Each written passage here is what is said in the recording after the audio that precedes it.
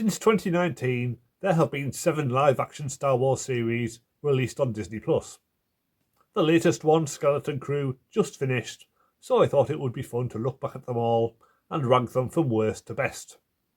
At 7, The Book of Boba Fett. I was never a massive fan of Boba Fett to begin with.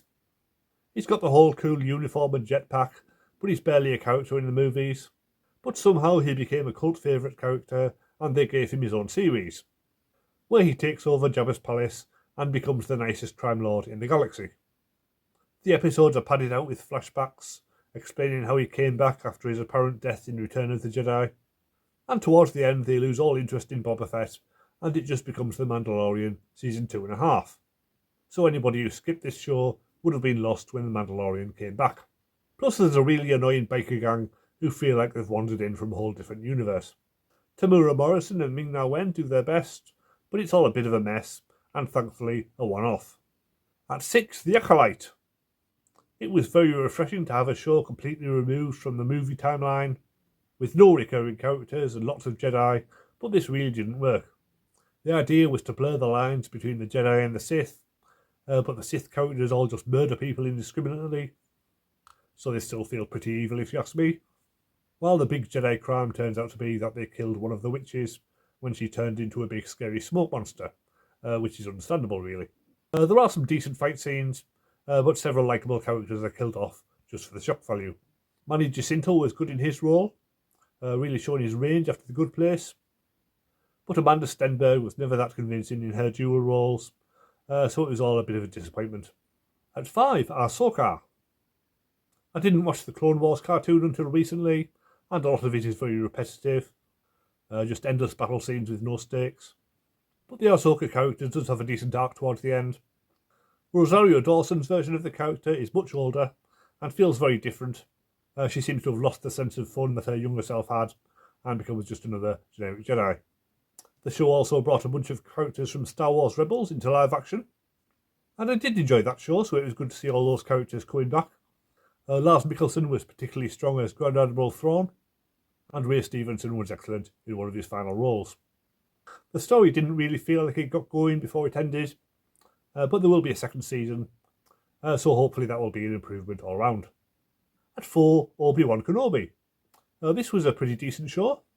Ewan McGregor is a solid actor, and clearly raised the chance to play Kenobi again. Plus there were some excellent scenes of Darth Vader at his peak of evilness, and bringing Hayden Christensen back allowed for some excellent scenes between the two, reprising their relationship from the prequel movies. Bringing in a young version of Leia felt like a bit of a cheat, as she never mentions meeting Kenobi in any of the movies, but still it does a decent job of bridging the gap between the prequel trilogy and Rogue One, though I still wouldn't call it essential viewing. At 3, Skeleton Crew. The first episode was not too promising, with a bunch of kids on a planet that looked just like small town America, but it improved greatly once they got out into the wider galaxy. Jude Law's character was hugely watchable, a morally ambiguous scoundrel who ends up as the main bad guy, but he never feels completely evil and could just as easily have ended up saving the day. And there's some great voice work from Nick Frost as the pirate robot and Stephen Fry as the supervisor droid. It's just a really fun story. Nobody dies, but there's plenty of jeopardy. The kids will love it, but there's enough there for older viewers to remind them of why they enjoy Star Wars in the first place. At 2, The Mandalorian. The first of the Disney Plus series, and still one of the best. When it started, it really felt like something fresh and new. Every episode a new adventure on a different planet, with movie-level visuals and a great soundtrack. Later seasons were not quite as good, complicating things with numerous recurring characters and plot lines, and cameos from celebrities that really felt out of place. So the simplicity of the early days is long gone, but it's still a decent watch. Pedro Pascal is mostly there in voice only, but he does solid work with the character all the same, and Grogu, formerly known as Baby Yoda, is a delight from start to finish. There's a movie coming out next year, and I'll definitely go to see that. The big question is, will Grogu start to speak, and if so, who will do the voice? Finally, my number 1 pick is of course Andor. Again, I was not particularly looking forward to seeing the backstory of a minor character from Rogue One, but the storytelling in that show took things to a whole other level. It felt much more adult and complex than any of its sister shows, really delving into the moral complexities of living under a dictatorship and exploring the setting in ways other Star Wars shows never really managed.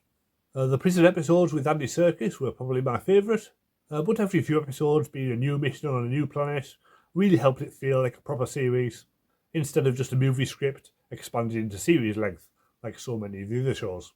And Season 2 is coming out later this year, so I'm definitely looking forward to that. And that's my top 7. I'm sure they will keep on churning these out, so I will eventually do a top 10 at some point, but that's where we are at now.